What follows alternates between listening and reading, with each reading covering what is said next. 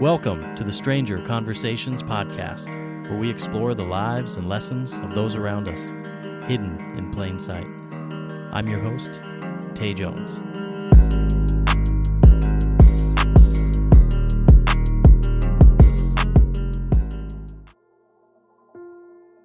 Hello and welcome to episode 2 of the Stranger Conversations podcast. Guys, this is the first official episode of the show, and today we have our first official guest.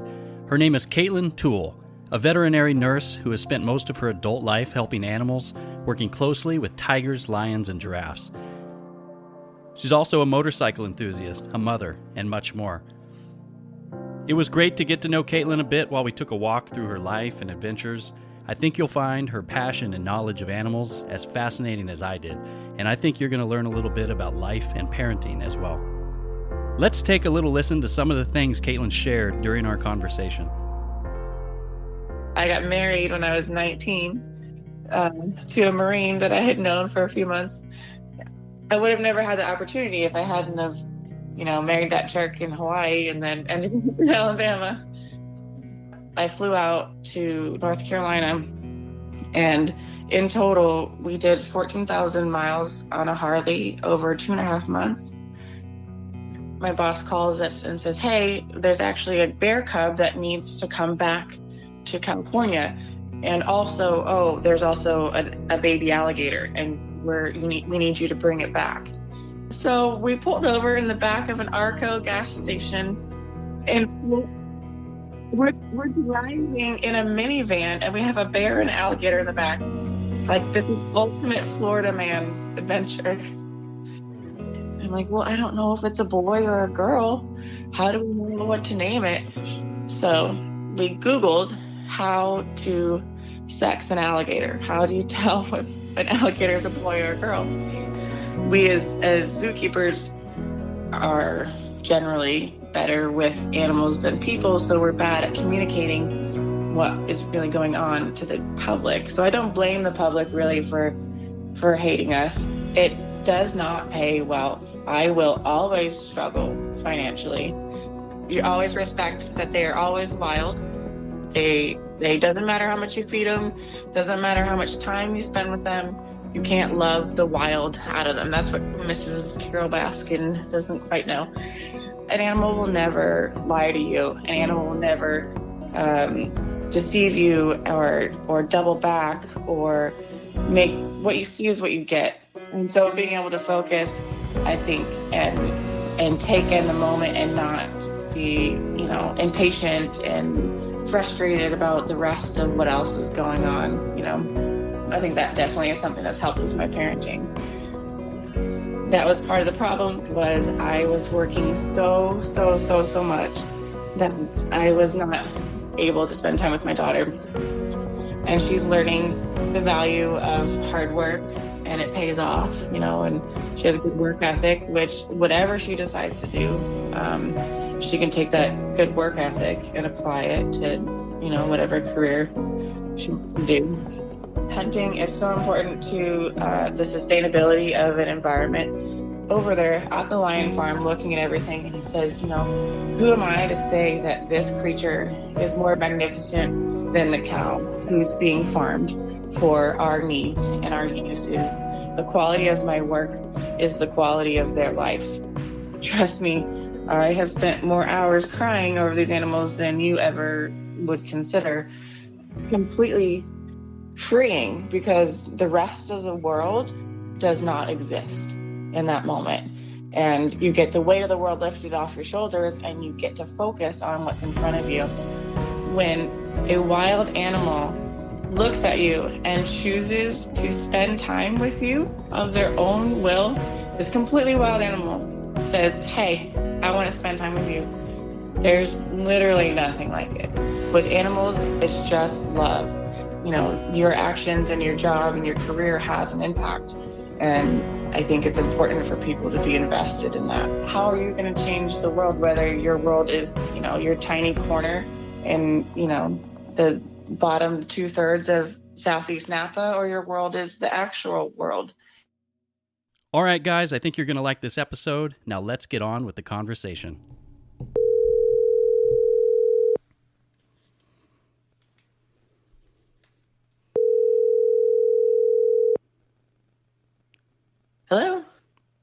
Hi, is this Katelyn? Yes. Hey, Katelyn, this is Tay with the Stranger Conversations podcast. How you doing? Good. How are you? I had you saved on my calendar so I wouldn't forget. Okay, good. Good. I'm glad you answered. How's your day been going? Oh, it's going pretty good. How about you? Oh, it's good. I just got back from my daughter's first progress report at her new school, so that was good. She got all A's and B's. Nice. So Well, it was yeah. good. Yeah, I'm sure they're probably doing some homeschool stuff, yeah? Or are they actually going to school? So I found the loophole, and I actually sent her to the school. I went to Seventh-day Adventist school, and I sent her to my school that I used to go to. It's private. And so they actually are able to go 4 days a week Oh, wow. in class. And it's because it's smaller and they can kind of regulate things. And it's been amazing. She's loving it. She's doing a really good job. So that's great. She's in third grade. So Yeah. Yeah, I actually have a third grader myself, but he's not really going to school. We're trying to... doing Zoom stuff. Yeah, struggling through the homeschool stuff. Yeah, we did that for a little bit and it sucks, but Yep. yeah, I think it is everybody's life for the moment anyway. Yeah, so at least everybody gets it now, because everybody's doing it. So Yeah, exactly. yeah. All right. Well, we're live and recording on the show. Oh my gosh. Okay. All right. So I know no pressure, but Katelyn, you are the very first guest on this show. Really? Oh my god. Yes, you are the first official guest. So this will be episode 2, which is our first official episode. I texted all my friends and told them I was nervous. So. Well, yeah, nothing to be worried about. But as kind of the whole purpose of this show is to talk to strangers, people that I've never met, and right. To try to learn a little bit about their lives and any lessons that they may have. Well, I'm definitely strange, so you got that part down. Hey, perfect. That's great. That's what the show is all about. And so one of the things when you signed up, because some of our listeners might not know because they haven't signed up for an episode yet. Well, first of all, I want to welcome you to your episode of the show. Right. So when you signed up, that there is a very small portion that if you want, you can add a little blurb about, if there's anything that you want us to know before the show. So one of the things that you put in there was that you wanted to share with people about, just some of the works you've done over your life with helping animals throughout the world. Yeah. I wasn't sure if I should put a lot or a little and just let things go how they go. Yeah, I think that's kind of more the point, is just to let things go as they go. But it's good to have a little bit of a background on kind of what you're interested in talking about and sharing with people. So we will get to that, I promise. But I would like to get to know Katelyn a little bit. So why don't you tell us a little bit about yourself? Oh, gosh. Okay. So how I found out about you was through my friend Samantha from the gym. You're related to her somehow. So here in Napa. So I grew up in Napa. Like I said earlier, I grew up super religious, Seventh-day Adventist. Like, we didn't eat meat, didn't go. Oh, really? We were not allowed to dance or wear jewelry or anything like that. So that was very footloose. Yes, it was very footloose. And even in Napa, so some people don't know the history of Napa, that there was no dancing allowed in the bars in Napa for several years. Really? And then there's a bar in Napa, Henry's, that's now closed, that they actually had a sign up that was from back when it literally was illegal to dance in bars in Napa. Wow. So Napa really is like the footloose town, randomly. That's funny. Yeah, I never knew that. I'd spent some time there myself when I was younger, but I was not aware of that fact. Now you know. Yeah. So I grew up here and just, I don't know, regular childhood. And then I found a life hack and went to college in Hawaii, and studied animal science out there. And there's a scholarship that makes it so that I pretty much paid the same as I would have for in-state tuition for California. Okay. So I went out there and went to school. It was terrifying, hard to focus, all of that. And part of the fun part of my crazy life is I got married when I was 19. Okay. To a Marine that I had known for a few months. Yeah. And ended up from there in Alabama, because that's where he was from, So you've really gone all over the board about where you've lived yeah, and everything. and Texas, and and then before I went to college, I traveled to Madagascar to study if you've seen you have kids, so you've seen the Madagascar, the movie, Oh, absolutely, right? yes. So we like to move it. Yep. So the bad guys in the movie are called Fusa, Mm-hmm. and they look like a cross between a cat and a dog, but they're actually part of the mongoose family, and they live on the island of Madagascar. Now, is that what the King Julian is in the movie? Yeah, Okay. King Julian is a ring-tailed lemur, which they're endangered also, but the Fusa Gotcha. are more endangered, and they're the ones they look like a cat. They're brown. So I went to Madagascar. I found a research project, and so when I turned 18, I flew there by myself to go live in the forest and research them for a month or two. And I did not realize it at the time that Madagascar is as far away as you can get from Northern California and still be on planet Earth. So my poor parents, I sent them a message like, screw you, I'm out of here. And went as far as I could literally get from them. Yeah. And I mean, were you running from your parents, like kind of that religious background, or? I don't think it was quite as conscious as that. I think, actually, if anything, I could thank my family for it. Like my great grandmother had been a Sierra Club member, and she passed away. And I used the money that I got from inheritance from her to be able to take the trip. Wow. And even like my mom super supported me being a crazy animal person. So, I don't think it was quite that, but I think I was definitely ready to expand my horizons a little bit. Yeah. So you went, when you said it was hard to focus back in Hawaii, which I can only imagine. It's funny because I've been to basically every state in the United States except for Hawaii. I've had a lot of connections in Hawaii. I've just never gotten out there for some crazy reason, but I've always wanted to go. But I could see how, growing up with some of the background that you had moving to Hawaii, I think that would be, you kind of had some free reign and get to enjoy yourself a little bit on the beach and everything. Right. Like my mom couldn't just I drove down for the weekend, Right. So, and maybe that part was on purpose too, right? You're kind of, you're ocean locked out there. You can Yeah. Like she has to buy a whole plane ticket to come visit. Exactly. So I sound like I'm giving her a hard time, but no, she's great. Yeah. So you were married to a Marine. Are you still married to the Marine? No, that was my first ex-husband. Gotcha. Okay. How many ex-husbands have there been? There have been two. Two. Okay. Are you currently married now? No. Okay, so there's not a future ex-husband. There's probably, Yeah. I mean, you never know. Yeah, you never know. Yeah. Well, you mentioned you had kids. How many kids do you have? Just the one daughter. She is 8. Her name is Emily. Nice. So she's, she's a good one. I think I'll keep her. Yeah.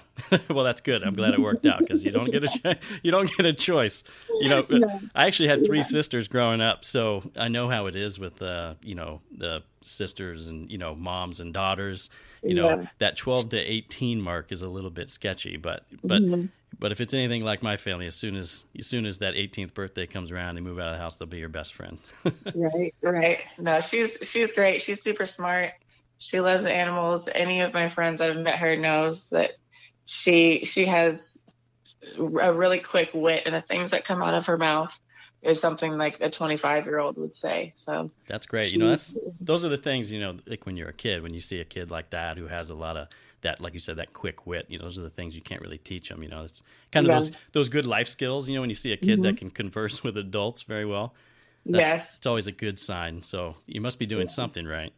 Right. Yeah. She's a good one. But yeah, so the Marine husband took me back to Alabama, which was fun. I actually liked Alabama. I'm, obviously a country person kind of. And so, but things didn't work out. Too. Yeah, it was. Yeah. Things just didn't really work out when you only know somebody for a couple months and marry them. Sometimes you're like, oh, wait, no. Right. Yeah. No. Yeah, absolutely. But I did have the opportunity then. I was in actually randomly the town that Yellow Wolf is from. And who's, whatever rapper guy. Oh, I And was like, I've heard that name before, but I'm yeah, not sure who that was. yeah, Okay. he's from Gadsden, Alabama, and that's where I was living, which is the middle of nowhere. Yeah. But there's also a place called Tigers for Tomorrow out there. That's a tiger and big cat preserve that does rescue. They have about 150 animals out there, and they get to come there and live out the rest of their lives from wherever else they were, like private owners, or there's plenty of good zoos, but like a bad zoo or a traveling circus or whatever. Yeah. And I had a little bit of experience volunteering at a zoo, and I had worked on my degree. And so I applied there. So I ended up being a big cat, tiger, lion, and bear keeper. Really? Keeper, trainer, whatever, behaviorist, whatever you want to call it. Yeah. And I got to raise some cubs and some bear cubs, and we would spend all day feeding and taking care of all the animals out there. So wow, that's amazing. I would have never had the opportunity if I hadn't have, married that jerk in Hawaii and then ended up in Alabama. Well, and you kind of followed up with your passion and your degree, I assume. Did you get your degree in the animal science? In Hawaii, yeah. Okay. And then I've actually never seen the show Tiger King, so this is something totally different, right? This is not the Tiger King place that everybody talks about. So no, this place is not. This is it. It is a rescue. However, my boss was friends with Joe and Doc and all of them, and I have spent time with all of them. Really? Yeah. So you're like the Tiger Queen then. Maybe. I like the lion, they're my favorite, but and actually he is a very gregarious, funny, hilarious, nice, kind person. He just lives in a different reality than we all do. That's what it sounds like. I feel guilty because I've never actually watched that show. People say, "Oh, you have to watch it," and then some people say, "Don't ever watch it." I have been trying to tell people this story for 8 years, and no one wants to ever listen. And I'm like, you guys, this is crazy. So how much time did you spend with the people on the show? Not a lot. Just a couple conferences down in Florida. Okay. A couple dinners and like over the weekend here and there. I haven't been to their facilities. And definitely those types of places I don't endorse just because they kind of put on a front, and they are cub petting. And a lot of times the animals do get recycled through there. Gotcha. And it's definitely important. Like when people go overseas, you go to Mexico or whatever, you're like, oh my gosh, a cute tiger cub, and I get their lion cub for $20. I can cuddle it and take a picture. Heck yeah. Yeah, I've seen those videos on YouTube, and they don't always work out as well. And even for me, I'm still like, yeah, I still want to hold it, and it's so hard not to. But when people do that, they are perpetuating the program of these people breed the animals and they have them as cubs. And then when they get bigger, they end up in someone's backyard, not being cared for, or they're euthanized. Or so just the whole cub petting culture is something that, and then that's where a lot of our animals would come from, is they were, not taken care of well. And then they stopped making money for their owners. And so they were discarded. And a lot of times they would be killed. But when we step in, we're able to take them to this facility and let them live out their lives. Yeah. Yeah. When you said, they kind of end up in people's yards and stuff. So I actually spent a lot of my youth up in Alaska, and they kind of the same thing, the garbage bears. There's a lot of regulations against, when you can put your garbage out, et cetera, because once the bears kind of find out that, hey, this can has food in it, then they kind of stop hunting on their own and scavenging on their own, and they just come into town. Yeah. And then of course, then they end up having to be put down when they're wandering in. It's a bummer. So we had some bears also, and bears are actually hilarious. Yeah. They're very smart. They have hilarious senses of humor. We had one grizzly bear who liked to eat his grapes one at a time with his claws. It's like Julius Caesar just hanging out in his cage. Yeah. And there was a time I went down to Florida for a training to do some falconry work. And my roommate and coworker at the time we were there, my boss calls us and says, hey, there's actually a bear cub that needs to come back to California. And also, there's also a baby alligator, and we need you to bring it back. So we said, okay. I had never dealt with a baby bear or alligator before, but I'm guessing the only thing I know about that is you probably want them in two different pens, and that's about the extent of my knowledge. You're doing great. Yeah. You know what? Yeah, you can go ahead and quit your day job. Exactly. Yeah. I'm ready. So we went and picked up this cub, which was just an unfortunate thing where the lady had these animals. She did not have enough money to separate them. So they bred, and then she had a cub, and she didn't have money to raise it. And so anyway, so we took him, and we have him like in a dog crate. He weighs probably like 25, 30 pounds. And then we have the baby alligator in a separate dog crate that's probably 2 or 3 feet long. Okay. And we're like thinking about names for them, because I'm like a 21, 22-year-old girl at this point. Like, oh, what name should we name it? And then we're like, with the alligator, I'm like, well, I don't know if it's a boy or a girl. Yeah. How do we know what to name it? So we Googled how to sex an alligator. How do you tell if an alligator is a boy or a girl? Yeah, well, do tell. I have no idea. They're not sexually dimorphic, so that means that the male and female look different from each other. Okay. Like a deer. The male has antlers, the female does not. They're sexually dimorphic. Alligators, not so much. So you tell by one way. You take your finger and put it up in their cloaca, or their little vent area where they would defecate from. And if you feel around and you feel something, it's a male. And if you don't feel something, it's a female. Wow. So you said that's one way. What's the second way? Because I think maybe I'd like to try the second way. I don't know the second way. Oh, you don't know the second way? Okay. Yeah. So maybe that's the only way. Mm-hmm. So we pulled over in the back of an Arco gas station. So you're driving this baby bear and alligator? We're driving in a minivan, and we have a bear and alligator in the back. Like, this is ultimate Florida man adventure.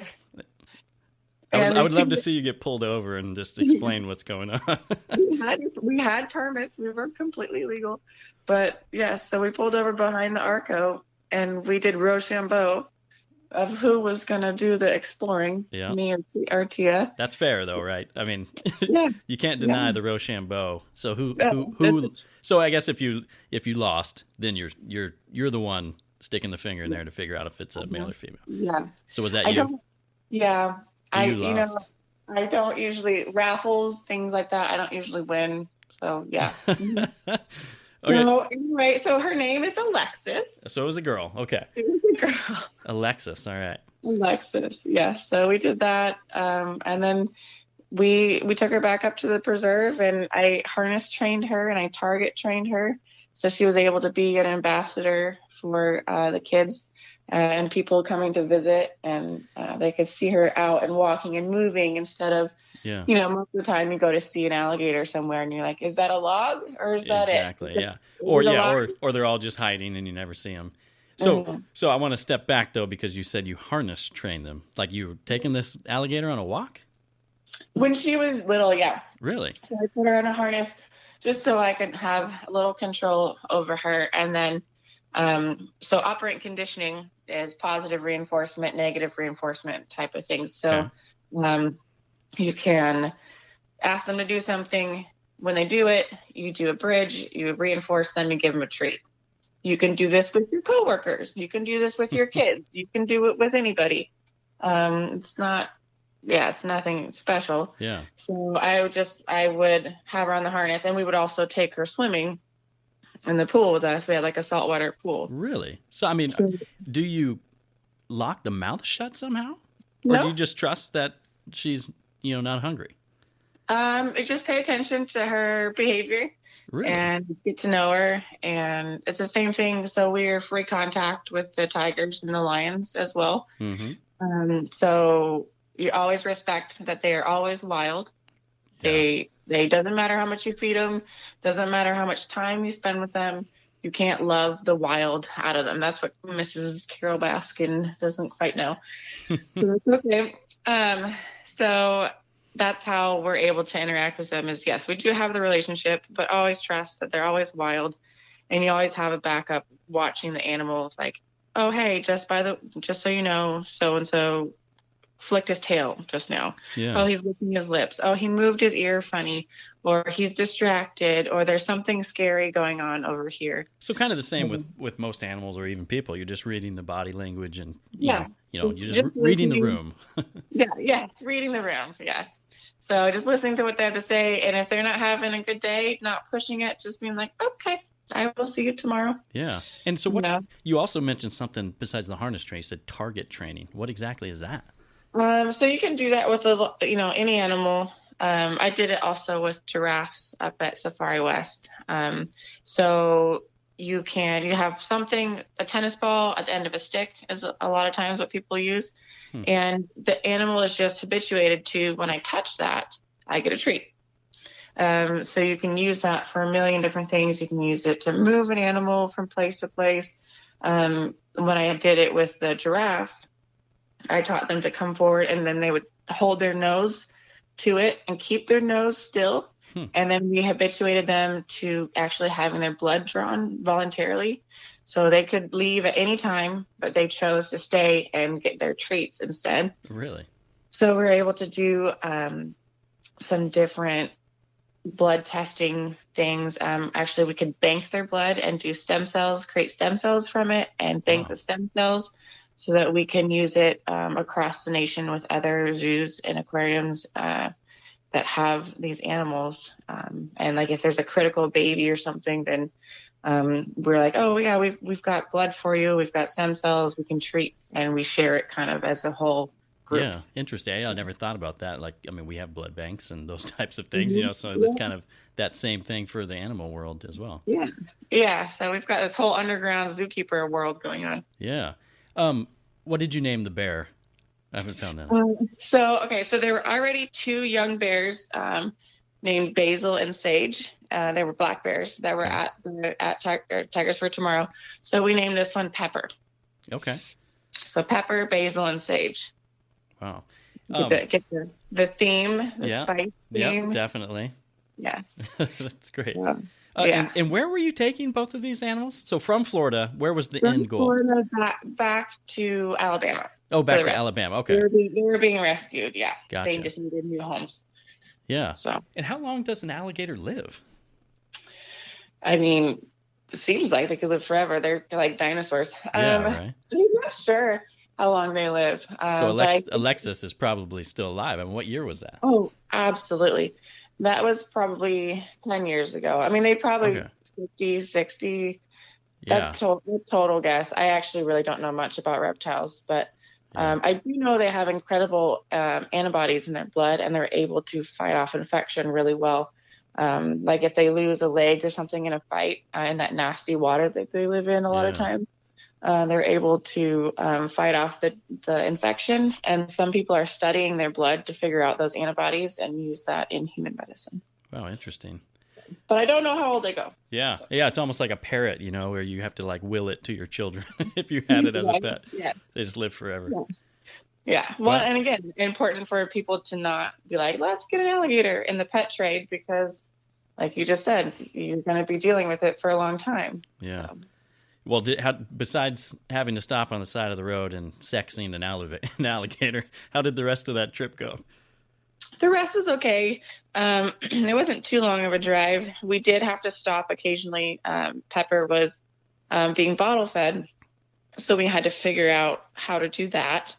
So every couple hours we had to stop, and we found out that when he gets finished with he would eat 2 bottles at a time, and they're specially formulated carnivore milk diet. Well, actually omnivore. When he's finished with his first bottle, if you don't get the second bottle into his mouth fast enough, he will bite the crap out of his arm. Really? So we learned that. So that was good to know. Did you have to like stop on the side of the road and let them go to the bathroom, like with a little harness, or the people passing you guys just looking like, what the heck is going on? No, that would be a little risky. So they just had their crates, and they had enough room to move around. And it was only about a 7 or 8 hour ride. So yeah, it was okay. So yeah, interesting. Mm-hmm. Wow, you said something else in there about doing some work with falcons, doing some falconry, and that has always fascinated me. I mean, it's such an interesting sport, that these people do with these birds. Yeah, that I kind of touched on that a little. I didn't learn much about it. It's funny, I have a bunch of tattoos, and I always say I hate birds, and they freak me out, and I can never tell what they're thinking, and they just make me nervous. Yeah. But I have 3 separate bird tattoos on my body. And so people who know me, they're like, you say you hate birds, but you have them all over you. Yeah, I have kind of a weird thing with birds too, but I just don't like it when their wings are in and they kind of are walking around with no arms. That kind of freaks me out a little bit. But I'm okay once they open their arms, or when their wings spread a little bit. I like arms. That's good. Yeah. Yeah. And a while ago, you said you ended up in Texas as well. Was that dealing with animals, or was that just traveling? That's hard.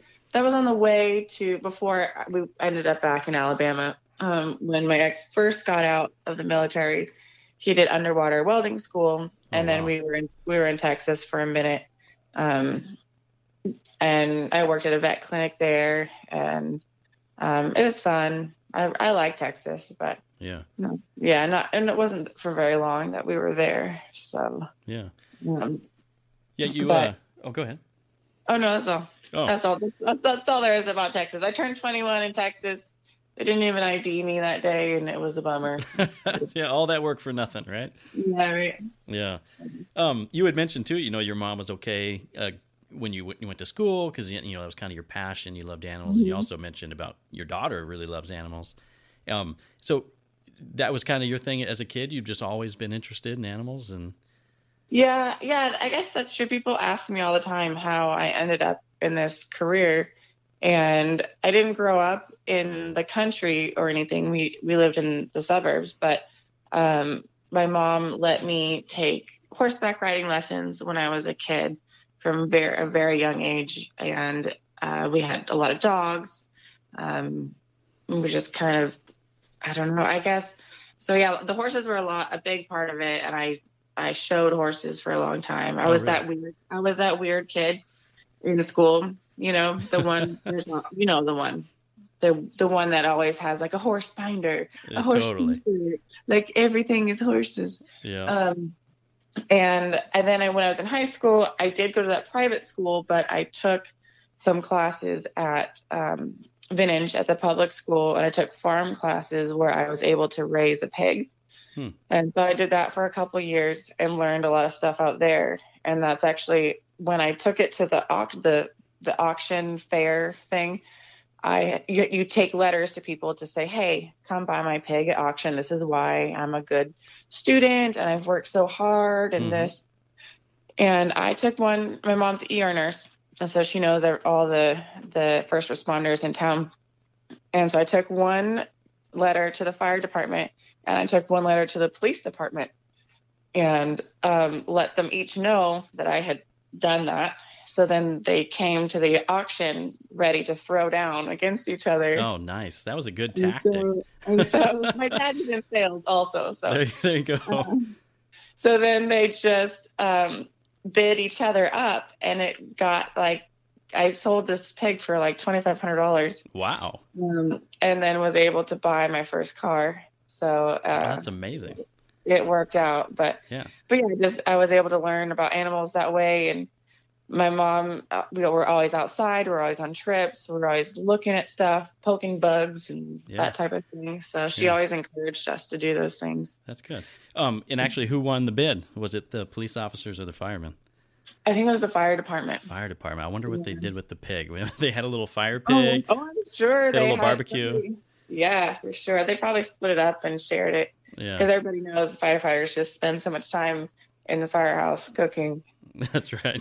That's always the thing. The police officers give them a hard time that they're just lazy, but Yeah. not true. Well, that's what they say. The reason that the fire department the police department exists because firemen need heroes. Also, that's kind of the thing. Yes. But hey, wouldn't make a bad husband. It means he can be good in the kitchen. So. Yeah, that's right, and they get a lot of time off too. That's another amazing thing about being a fireman. Yeah. I started to go to the fire academy or the fire explorers. Also, it was something I was always interested in. But I didn't like the hierarchy of everything, so yeah, I didn't end up pursuing that. But I always thought it was a cool thing. Yeah, they deal so much with the medical side of it, as opposed to the fire stuff. But that, I've always thought about it myself. But yeah, just the medical stuff never interested me. Yeah. Well, and I'm okay with that. Like I do all of those things for animals now because I'm also a veterinary nurse. That's actually what I'm doing currently. Okay, so you're still in the field of animals. Yes. Yeah. So yeah, fast forwarding through lots of stuff, I was at Safari West for several years as the lead giraffe keeper there. We had several giraffes, and I was there through the 2017 fires, and that was crazy. We put out the fire ourselves. So, where is this Safari West? Safari West is halfway between Calistoga and Santa Rosa. Oh, okay. So it's over. It's in the Napa area then. Yeah. Okay. So it's a 400. Oh gosh, my dog's barking. Yep. It's a 400-acre preserve that has about 1,000 animals. Mostly African housestock, and they're kind of all on open range. Wow, I had no idea that was there. It's like heaven on earth. It's really, really an amazing, special place. And there's cabins, people can stay there. So we had the 2017 fires, and they actually burned through the property. Really? And the property, or the owner, he stayed. Everyone else had to leave, and he stayed overnight, and he fought the fire himself with a hose and trucks and crazy things. And then the next day, a few of us were able to kind of sneak back in, and we used our fire. We had a water truck and everything, and kind of used that to help. And we did not lose a single animal. Wow. Which was amazing. So. Wow. So giraffes, that'd be a very interesting life. Man, interesting. One of the things, or excuse me, not one of the things, but you talk about the Safari West. I didn't even know that was there. Is that like a privately funded adventure? It is privately owned. Yes. Yeah. Wow. So Peter Lang is the owner, and he kind of started out as just a private collector. He actually worked. His father worked in Hollywood with a lot of animals, and he was down in LA. And then he kind of got a few different types of antelope, and he liked them. And then he moved up to Northern California. He was using them originally just for grazing. Mm-hmm. And then he kind of added on. And then he married the wife. His wife was the curator of birds from the San Francisco Zoo. And so they wanted to they just kept having their friends over to see all these animals. And so they wanted to create something educational and positive. Yeah. For the animals and for the people. They're not a rescue. Some people think that they are. They are a breeding facility, but what's great about them is that they work with what's called the SSP, or the Species Survival Program. Okay. And so what that is genetic databases that are shared across the United States of helping keep these species genetically diverse and breeding them appropriately. So that, there's a type of antelope called the addax or the adax that actually became extinct in the wild because of habitat loss, poaching, just general hunting, all kinds of environmental issues. And because there was enough private owners and zoos across the world, they were actually able to use the captive animals to create a breeding population and reintroduce these animals back into the wild. Which is just, to me, so exciting that we are literally out here like saving the world quietly. Yeah. But because of the animals that we have in captivity and the genetic diversity that we have and the technology that we have, we can now responsibly reintroduce these animals back into the world, back into the wild, getting things balanced again the way that they're supposed to be.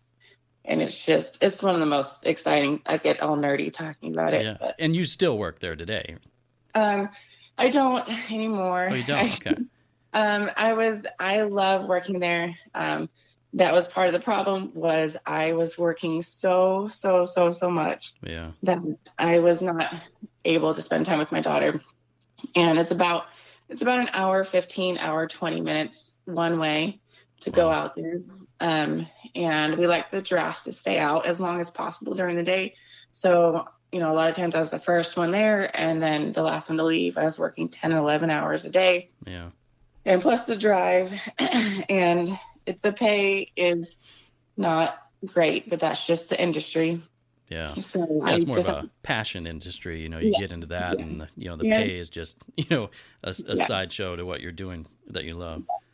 And it's not all roses and butterflies and things. It's a really emotionally taxing job. Animals die, and especially when you have a breeding facility, it's just how it goes. Especially young animals in the wild, it's like 1 in 8 babies make it. In captivity, that number is 10 times. I mean, it's way higher, but still, sometimes babies don't make it, and then you bottle feed them, and you put your heart into them, and you take them home, and you nurse them, and they don't make it anyway. And so it can be very emotionally taxing. So it was multiple things. So I stepped away from there, and then I ended up at Six Flags for a little while with the tigers and the lions. Wow. But COVID, they shut down for, obvious reasons. Yeah. And I was the newest baby hire, so I got laid off. Yeah. And, you mentioned that, I think in your bio or something, that you are a big motorcycle person. Yeah. Are you a Harley person or street bike or all of it? Well, I just love motorcycles in general. I've ridden Harleys, but I've never owned one. But I'm currently selling a sport touring motorcycle that I own, because that's kind of what I like to do. I like to just get out on the open road and go on some trips. But I'm hoping that next year I get like a Harley or an Indian, more of like a touring bike like that. Yeah. You ride? That's cool. Yeah. So I'm working on that, getting my own personal bike. But when I was laid off from Six Flags, I was seeing someone who rides. I mean, that's his whole life is riding. So I flew out to North Carolina, and in total, we did 14,000 miles on a Harley over 2.5 months. Wow. Awesome. And we went from North Carolina down to Key West, and then kind of across New Orleans, up through Texas, New Mexico, Sturgis, up the Black Hills, wow. Montana, everywhere. It was a lot. Yeah, well, I'm jealous. That sounds amazing. And you were on the back the whole time? Yeah, I was on the back. And we camped mostly as much as we could to try to be cost efficient, and just kind of were bums the whole time. And then, saw friends along the way. And if we knew a friend in a state, then we just kind of detour and stay with them for a couple days and see people. And that's kind of the beauty about the motorcycles. It's kind of I was just saying the other day, I remember the day where I finally bought something. I bought a couch, and I remember having that panic attack of wow, everything I own doesn't fit in my car anymore, like I'm an adult. And I think that's something about the motorcycles, is that you can just hop on, take your tent and your sleeping bag, and just go. You can be self-sufficient on that and just enjoy the wind in your face. Yeah, no, it definitely is crazy, and you can go places other people can't go. Like traffic even. Or we ended up at Mount Rushmore for 4th of July, that whole thing. Yeah.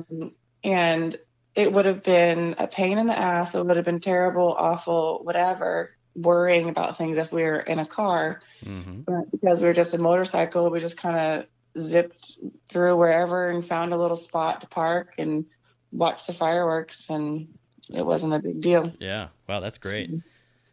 Yeah. And you said are you still dating this guy? No. Oh, yeah. No, So no more chips. So now you need to get that one for yourself. That's why I have to get my own bike now. I want to Yeah. be. I definitely learned that I love it. I love the community is amazing. Everybody that I've met is so open and they care about each other and they look out for each other. And no matter male, female, whatever, Yeah. it's just I feel like I have a lot of friends now in that community.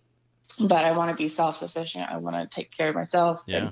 And I don't want to have to rely on somebody else for a hobby or a lifestyle that Absolutely. I want. Yeah. Like you said, everybody takes care of each other. That's I think one of my favorite parts about riding the motorcycle is passing other motorcyclists and giving, the little wave that you give. Oh, yeah. I love that. Sometimes you get some of the bike snobs and they're on a Harley or something. They won't wave at you if you don't have a Harley or something. But for the most part, they do. And if it's cold or if it's raining out, everybody kind of has that sense of compassion. They're waving like, hey, we're out here. Yeah. This sucks. Well, in Texas, you get that when you have a truck. You get the hand. Your hands are on the wheel, and you get the one finger wave. Yeah, it's like kind of like the Jeep wave too. I see you. Yeah. Well, that's great. Well, you definitely have to get a motorcycle of your own. I'm in the market. So excellent. Unemployment finally came through. So. So I wanted to touch on something earlier with you growing up Seventh-day Adventist, and you said you don't eat meat. Are you still a vegetarian? No, I definitely eat meat now. Over time, like in high school, I slowly started like easing into it. Yeah. I don't really remember how or what or why, but I would eat chicken, and then I started eating hamburgers, and then you were hooked because hamburgers are amazing. And then like seafood and stuff, I still was really weird about for a long time. But then when I went to Hawaii, I really ate sushi a lot. And then now it's like whatever. I think there's a place in town called La Taberna that they have like Spanish tapas and like those small plates. And the other day I went in there and had like squid a la plancha and crispy pig ears and so you're adventurous. You're an adventurous eater. Yeah, like lamb tartare or something. Like now it's whatever. It's free game. I'll try anything. If I don't like it, okay. Yeah, and I was also curious. Growing up such an animal lover and being in the field with animals. What is your take on hunting? Are you for hunting or against hunting? It's so important. Hunting is so important to the sustainability of an environment.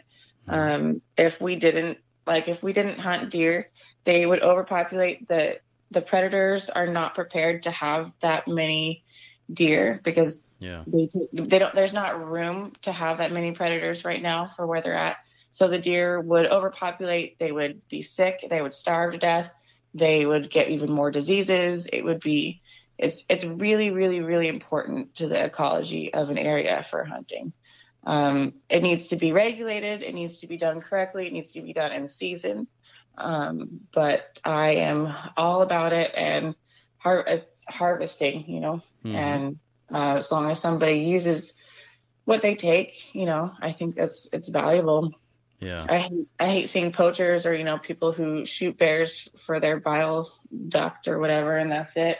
That's disappointing. But I have a hero. His name's Kevin Richardson. He's like my modern day Steve Irwin. He does a lot of work with lions in Africa. Yeah. And he said something one day, actually, I think it was in his book I was reading. There are lion farms in Africa. There's something called canned hunting, where there's farms that grow lions for Americans to come over and shoot. Yeah. And these animals are in a fenced-in area, which, isn't really fair. So that's a little bit different. But they're grown to be these big, beautiful animals, and then they're quote unquote harvested. And, he's all about saving lions and all of that. But he's over there at the lion farm looking at everything, and he says, who am I to say that this creature is more magnificent than the cow who's being farmed for our needs and our uses. Just because a cow is not majestic looking, does its life matter any more or any less than this lion? Just because when I look at it, I feel a certain way. Yeah. So he went over there with a completely different mindset, but being over there and being a part of that, he's now introspectively kind of changing the way he thinks. No, I mean, I think he was just having. I mean, he's from South Africa. He lives there and has his own preserve, but I think he was just trying to make a point of seeing it from that point of view. But on the other hand, these animals are not being raised humanely. So that's kind of the sticking point of it. But he was just kind of taking it in concept of, who are we to say which animal is deserving of our adoration, but, one or the other, just because we have placed a certain value on it. Yeah. So that was kind of interesting, but yeah, I can definitely see that thought. And I can see, the other point, like you said, the sticking point, as long as they're being, raised humanely, I guess, and treated fairly. Yes, which is hard to regulate, and it's probably not going to happen because of these people are just wanting to make money. Right. So. Yeah. And I've a lot of people in my family hunt and everything, but I was never into it. My dad has an identical twin brother, and his twin and all of their kids, they were really big into it, but my father was never really big into hunting, so I never got into it. But it is something I've always wanted to do. I mean, I really enjoy the outdoors and being outside, but one of the things that have really stopped me is that my wife, she's really picky about like her meats and everything, and I think she really likes the clinical version of the meat wrapped in cellophane at the store, even though nice with that paper package. Or I think it's better, to get out there, actually hunt for your food, harvest your own food, and feed your family and use everything. But I know that my wife won't actually eat the food. If I shot a deer or an elk, she would shy away from that, and that's one of the reasons I'm like, well, I'm not going to just go kill the animal for no reason. Right. So that's one big reason that I've never got into it, because I just figure it's great for other people, but maybe it's just not for my family at the moment. Yeah. So. Well, and there's definitely, like you said, the clinical side of it. It's easier when you're detached from things, which there's nothing wrong with that. Like the animals that I have personally raised, I prefer to pass them on to other people. I don't mind doing the processing. I can process them myself, but the actual eating of them, I prefer to send them to other people from like animals that I know personally. Yeah, right. Yeah. So you never give your food a name, I guess, Yeah. No, I mean, and it's hard, and I've had to euthanize plenty of animals in the moment, and it's one of those things I take it as, it's a part of my responsibility, and if I can do it well, then that's better. Yeah. And one of our biggest, like, many of my friends that are in the industry, it's not my quote at all, but what we like to say is, the quality of my work is the quality of their life, Yeah. So no, that's beautiful. Yeah.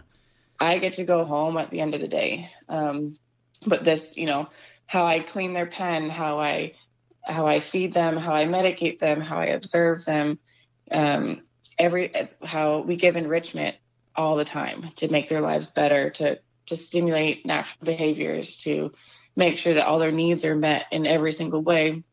At the end of the day, though, I go home and they are there. That's their entire life. And then I come back from the world and that's where they're at. So I take that very personally in making sure that their life is full and fulfilled and that they get everything that they need, their needs are met. So it's just, and including death, and making sure that if they were to decline or be ill or be sick, or if something were to happen, that I make sure that is given to them properly and that they get the respect that they deserve in that way too, whether they're a food animal or, in a zoo or whatever it is. So, yeah, well, that's a great outlook on it. And, you definitely put a lot of time into it. And it sounds like you kind of got out of that, to kind of take care of the most important animal in your life, your daughter, right? Yeah. Yeah. And I could see, with all the work that you've done over the years and everything, I think that at least in me, just listening to you talk, do you think that that's kind of helped you become a better parent? Yeah, I think, I'm able to be empathetic of her. I never wanted to, like, never planned to have kids, it's just kind of something that happened. Mm-hmm. And that's a whole nother side story. But, They always are, right? but, and so I was like, holy shit, how, I don't even like kids, Yeah. and I still say that, but I like mine and I'm figuring it out. I like today we had our parent teacher conference and it was great. And I'm like, okay, we're doing good. This is good. Everything's okay. Okay. Yeah. We'll just keep doing what we're doing. So, I mean, I would say yes. I think it gives us my animal things. It gives me patience. And even so, something when I'm working with my animals, you have to be in the moment. You can't be thinking about the fight you had with your boyfriend, this morning before you got in the car. You can't be thinking about being hungry or, my leg hurts or I can't, I don't want to go to the dentist after work today or whatever. You have to be like, I'm sitting here staring down a giraffe, asking it to move, please. And Yeah. I have to be paying attention and in the moment and aware of my surroundings and aware of what's going on, and then completely freeing because the rest of the world does not exist in that moment. And you get the weight of the world lifted off your shoulders and you get to focus on what's in front of you. Yeah. And I think everybody should find something that does that for them. Riding a motorcycle is another one. You must pay attention. You cannot be wandering and worrying about things. You have to be in the moment. Mm-hmm. So I think I've been able to do that with my daughter, when she's having a complete meltdown or she's telling me a funny story or whatever it is, I'm able to. Or the same funny story 10 times in a row. Yeah. Or the one funny story that lasts for 10 hours. Yeah. And you're like, yes, wow, okay, yeah, yeah. Yeah.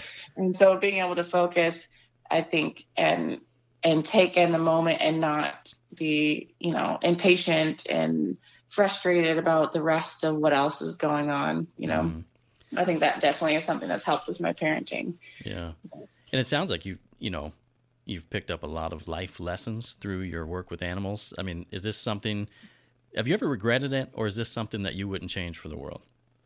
I would never do anything else.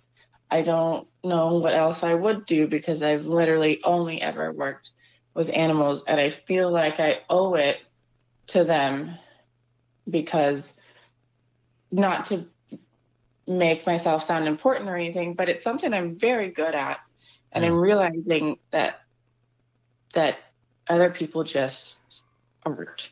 And so I feel like I would be taking away from them if I chose to do something else, that would be very selfish of me. Mm-hmm. But then I get the dichotomy of sometimes I feel very selfish because I enjoy this so much and it does not pay well. I will always struggle financially.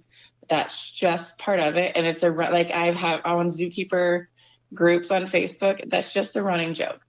Like the things that we do and the conditions we work in and the pay that we get is just laughable. Yeah. But at the end of the day, when a wild animal looks at you and chooses to spend time with you of their own will, this completely wild animal says, hey, I want to spend time with you. There's literally nothing like it. Like, yeah, you're right. That part I wouldn't trade for the world. When a lion comes over and lays down next to me and just starts licking his paw and just chooses to be near me at that time, like I can't describe it. There's nothing like it. Yeah. So, definitely. Yeah. And I feel lucky that I can give these opportunities to my daughter also. She's been around crazy stuff already. She got to come to Safari West with me plenty of times, and she's learning the value of hard work, and it pays off, and Mm-hmm. she has a good work ethic, which whatever she decides to do, she can take that good work ethic and apply it to, whatever career Yeah, she wants to do. yeah, I think that's one of the most important things for kids to learn. Which is sad. In today's world, that is something I feel like is lacking in a lot of kids. Mm-hmm. I mean, don't get me wrong. She loves her TikTok videos too. Oh yeah. Maybe she's a great. I am not, because, well, again, back to the Seventh Day Adventist thing, we weren't allowed to dance. I am not a good dancer, but she's super athletic, and she has a natural rhythm about her. So That's great. who knows? Maybe that will be her bad paying career. That's her passion thing, and I will support her through that too. Yeah. Yeah. Well, it does sound like you've actually found. I think that's the struggle in life. Is to find something for work that you're also passionate about. It's nice when the pay is there, but when that's kind of secondary to what it is that you're interested in and actually want to do with your life. I think that's great that you've found, your place. Yeah. Yeah. And people can be passionate about anything. I can talk to someone who says that they're an accountant, and I'm like, oh, wow, do you love it? And they're like, yes, I get to meet all these people and do this and really get to know them through and help them through these hard times. Right. And it's great. Awesome. Yeah, more power to you, right? Because we're not all built that way with No, but the like, that's accounting. great. But if someone's like, oh, I hate my job, I hate this, I'm like, I can't talk to you. I'm sorry. Mm-hmm. I don't have anything to relate. So Yeah. I think it's just about finding what moves you and what you can. I mean, it sounds like the cheesiest thing in the world, but like, how are you going to change the world? Whether your world is, your tiny corner in, the bottom 2/3 of Southeast Napa, or your world is the actual world. Your actions and your job and your career has an impact, and I think it's important for people to be invested in that. So Right. Yeah. Excuse me. And what do you think it is about animals? Because I see this. I think I know why. I think it is, that animals kind of like pull our heartstrings and really get to us. Why is that? Because you see some people, they're willing to walk past, a homeless person on the street and let them starve, et cetera. But they would never do that to an animal. What is it about animals that do that to us? I think because people see animals as pure, and it is true. So, an animal will never, and I mean, there's a few exceptions, but an animal will never lie to you. An animal will never deceive you or double back, or make what you see is what you get. Yeah. And people hold on to that because you can't, with humans. Okay, so they're nice to me today. What does that mean? And it's so complicated. With animals, it's just love. And even if it's one-sided, you loving the animal, they either accept it or they don't. So there's that part of it. And them not lying to you is a huge thing, I think. And there's something else I used to always say. I can't remember what it is now about why animals are so much better than people. I'll think of it probably in the middle of the night. Yeah, well, I'll tell you, the thing that I had in my brain about, why that is about animals was kind of very similar to the same thing. They're just always real. There's nothing fake about them. If they don't want to talk to you or whatever, they just wander off, Yeah. But again, when they do want to spend time with you, like you said, with the lion laying down and, licking their paw, just choosing to spend time with you, I think, I love the realness of them. And one of the things that I most admire, I have 3 dogs. One of them is a little Chihuahua, and she's like my little baby, my little princess. But it's kind of nice. They don't talk. Sometimes we go all day, and all we hear is just the noise of everything. And sometimes it's nice just to be with, your pet or some other animal, and they're just not talking. You're just spending time, but you're getting a chance to decompress, even though you're actually spending time with a living thing. Yeah, because you don't get that a lot with children. Even no matter how much I love my children, Right. But there needs something. There's always a motive. There's always Yeah, there's always something going on. Mm-hmm. Yeah. Yeah, it's definitely animals are a weird thing, and people definitely anthropomorphize a lot, which is giving human characteristics to animals. I see that all the time. People are like, look at zoos, they look at the lion and they're like, oh, he's so sad. Look at him. He's just laying there. I'm like, yes, they actually sleep between 15 and 18 hours a day. And what you didn't see earlier was his keeper spending 2 hours stuffing meat into a little jolly ball thing so that he could chase it around before the zoo opened, and have a great time. And now he's exhausted and taking his 12-hour nap. So no, he's not sad. Yeah. He's the most happy lion he could ever be. So that, is something that happens in the public with people think zoos are so bad. And we as zookeepers are generally better with animals than people. So we're bad at communicating what is really going on to the public. So I don't blame the public really for hating us and thinking I've been called a million names, and I'm like, trust me, I have spent more hours crying over these animals than you ever would consider.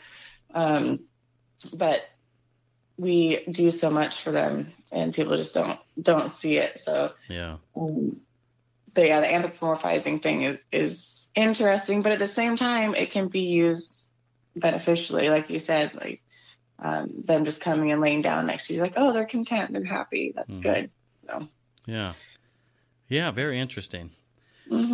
Yeah, well, we've been talking for I think just over an hour now, or just about, so we'll probably wrap it up. I probably rambled all over the place. Oh, not at all. This is great. This is exactly why I started this show, was to talk to people exactly like you.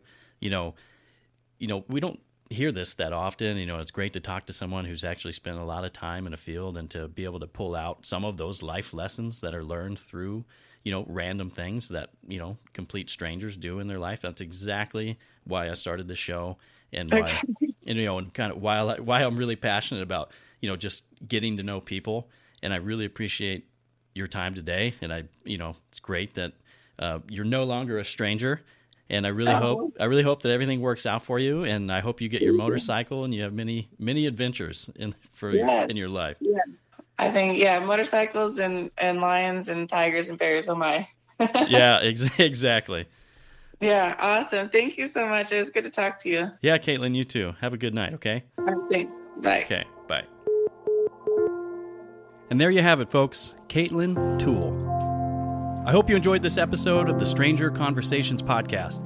Don't forget to hit subscribe so you don't miss out on the conversation. And don't forget, you'll find extra content on all of our social media and our YouTube channel as well. I'll link to all of those in the show notes. Please like, follow, share, and subscribe to this podcast so we can continue to share the lives and lessons of those around us, hidden in plain sight. That's all for today, but stay tuned for the conversation.